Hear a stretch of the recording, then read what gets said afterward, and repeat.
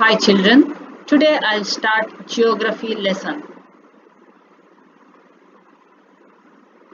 In this map, you can see some continents. What do you mean by continent? Continent is a huge landmass. Children, do you know how many continents are there? There are 7 continents. Which are they? In the map you can see Europe, Asia, Africa, Australia, Antarctica, South America and North America. There are 7 continents. They are Europe, Asia, Africa, Australia, Antarctica, South America and North America. North America and South America, these two continents are located between Atlantic Ocean and Pacific Ocean. Today, let us learn about North America. The nations of North America are rich and are called one of the economically prosperous countries.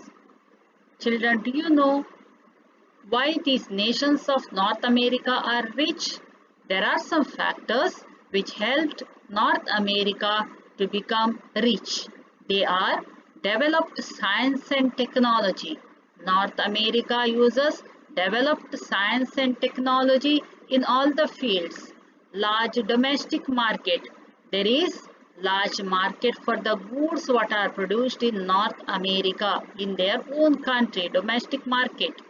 International trade relationship. North America has trade relationship with other countries. Developed means of transport also helped North America to become rich. Now let us see the location of North America. North America is located entirely to the north of the equator, means North America is located in the northern hemisphere. It lies within 19° north to 71° north latitude and 50° west to 150° west longitude. Physical setting. North America is surrounded by Atlantic Ocean in the east. In the map you can see Atlantic Ocean in the east, Pacific Ocean in the west and Arctic Ocean in the north. It is separated from the continent of Asia by the Bering Strait. Here you can see Bering Strait. North America is separated from Asia by the Bering Strait. It has a land link with South America by the Isthmus of Panama. What do you mean by isthmus?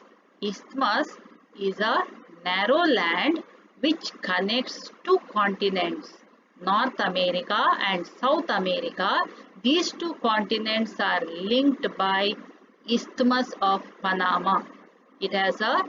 North America has a land link with South America by the Isthmus of Panama. You can see here in the map, Panama. A number of islands lie in the Arctic Ocean. The Arctic Ocean, a number of islands are found, and Greenland is the largest continent. Greenland is the largest island. The strip of land that lies to the south of North America is called Central America. Here you can see between South America and North America, here there is Central America. The strip of land, narrow strip of land that lies to the south of North America is called Central America. Extent. North America is the third largest continent in area in the world. Which is the largest continent? Asia is the largest continent. Second largest is Africa, and North America is the third largest continent in area in the world. It is almost 7 times bigger than India. and there are 24 countries in North America. The three largest countries of North America are Canada, United States of America, and Mexico.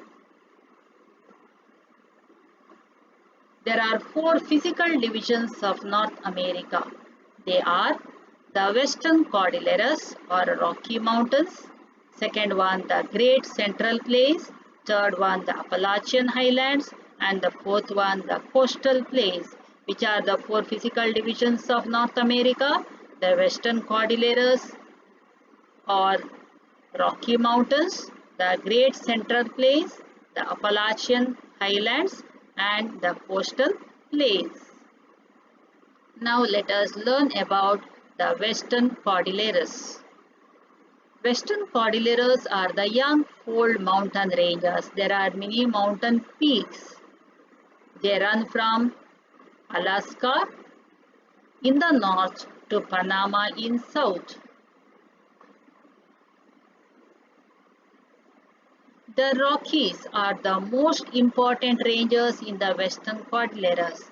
The Rocky Mountain ranges are the most important ranges in the Western Cordilleras.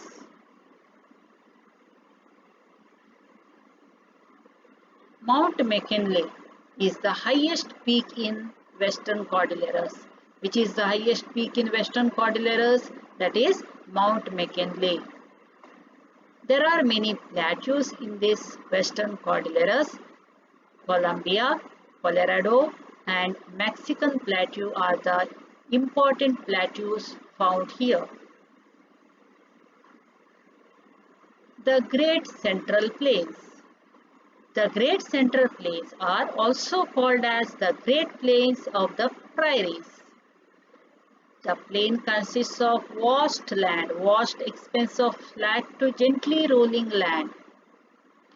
These plains are formed by the rivers like Mississippi, Missouri, and their tributaries.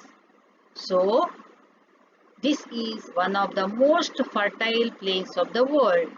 These plains are very fertile because they are formed by the rivers. They are formed by the river Mississippi, Missouri, and their tributaries. So, it is one of the most fertile plains of the world and is a good farming land. Next one is the Eastern Highlands or the Appalachians.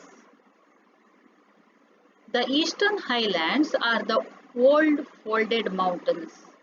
They are rich in coal, lead, zinc, iron ore, copper, water power, and wood. So, these Eastern Highlands has large population and is economically significant. The Eastern Highlands is economically significant. Why? Because they are rich in coal, lead, zinc, iron ore, copper, water power, and wood, and they have large population. The coastal plain. North America has a long and intended coastal line except in the south where the Isthmus of Panama is located. This coastal plain is a low and plain area with sandy soil. The soil is sandy, sand, so it is not fertile. The coast is indented by river mouths and bays on which many seaports are located.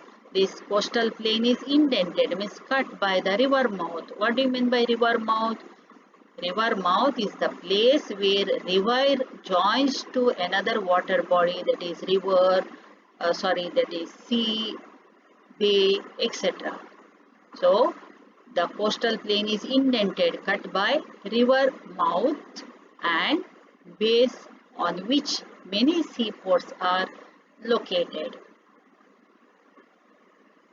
Children, the remaining part of this lesson will be continued in the next video. Thank you.